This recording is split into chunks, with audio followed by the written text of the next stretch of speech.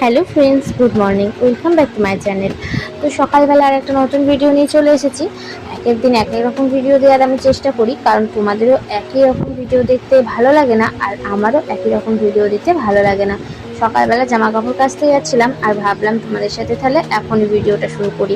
আমার ছেলেকে একটু আমি ও বাড়িতে মানে আমার মায়ের বাড়িতে দিয়ে এসেছিলাম, মাকে বললাম একটু দেখো, আর আমি ততক্ষণ টুকটাক কাজগুলো করে নিই গা।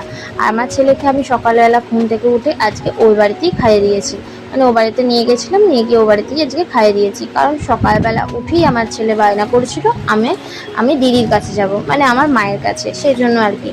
তো যেমন বলা তেমন তো কাজ, নাই তো বাবু তো রেগে বোম হয়ে যাবেন। তো ওই জন্য ওকে আর কি ওই বাড়িতে নিয়ে গিয়ে ওই বাড়িতে খাইয়ে দাইয়ে মায়ের কাছে একটু দিয়ে এসেছি।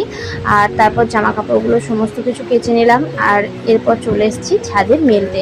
তো তোমরা এই ছাদটা দেখে একটু তো হয়তো মানে ভাববে যে এই ছাদটা আবার কোথা থেকে এলো, কারণ তোমরা তো এই ছাদটা দেখতে অভ্যস্ত নয়। তোমরা যে ছাদটাই দেখো আমি জামা কাপড় মেলি, সেই ছাদটায় আসলে আমাদের ওই বিল্ডিংয়ের ছাদ, আর এটা আমার ঘরের ওপরে যে ছাদটা সেটা। তো ওই বিল্ডিংয়ে যে ছাদে আমি জামা কাপড় মেলি সেখানে ধান সিদ্ধ হচ্ছে, তো তোমাদের দেখিয়েছি সেই ধানগুলো আর কি দিয়ে আছে, সেই জন্য এই ছাদে আমি জামা কাপড়গুলো মেলে দিলাম। তারপর চলে আসলাম ঘরটা মুছতে। আর তোমাদের সাথে এই ঘর মোছা মানে ভিডিওটা আমি ভেবেছিলাম এইভাবে করলে হয়তো তোমাদের দেখতে ভালো লাগবে, কিন্তু আমি বুঝতে পারিনি যে ক্যামেরাটা এইভাবে রাখলে ফুটেজটা এতটাই খারাপ আসবে। মানে আমার নিজেরই দেখতে খুবই খারাপ লাগছে, এতটাও ভালো হয়নি ক্যামেরার এই ফুটেজটা। আর আমি পরের দিন থেকে এইভাবে ভিডিও করব না, এইভাবে ক্যামেরা রেখে। তো যাই হোক, মার্জনা করবেন ভুল ত্রুটি হলে। তো আমি এরপর চলে আসলাম আমার ছেলের খাবারটা করতে। আমার ছেলেকে আমি খাইয়ে দাইয়ে ঘুম পাড়িয়ে দিয়ে তারপর এখন নিজে খেতে এসেছি। আর সকালে আজকে খেয়েছিলাম হচ্ছে বেগুন পোড়া আর ভেন্ডি ভাজা, এই দিয়ে আজকে সকালে ভাত খেয়ে নিয়েছি। আর এই গরমের মধ্যে বেশি হাবিজাবি কিছু খেতে ভালো লাগছে না, সিম্পল খাবারই একদম ঠিক আছে।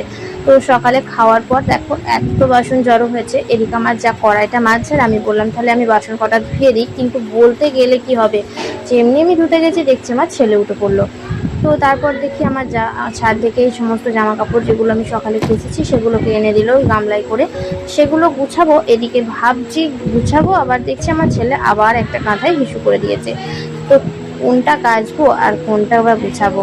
তো যাই হোক, আমার ছেলে আবার ওদিকে খেলা করছে, আর আমি ওকে দেখতে দেখতে জামা কাপড়গুলো সমস্ত কিছু ভাঁজ করে নিচ্ছি, তাহলে কাজটাও আমার এগিয়ে যাবে। আর এই খাটের মধ্যে কিছু পড়ে থাকলে না আমার দেখতে খুবই অসহ্য লাগে, মানে কখন যেন ওটাকে তুলবো, তো সেই জন্য আর কি।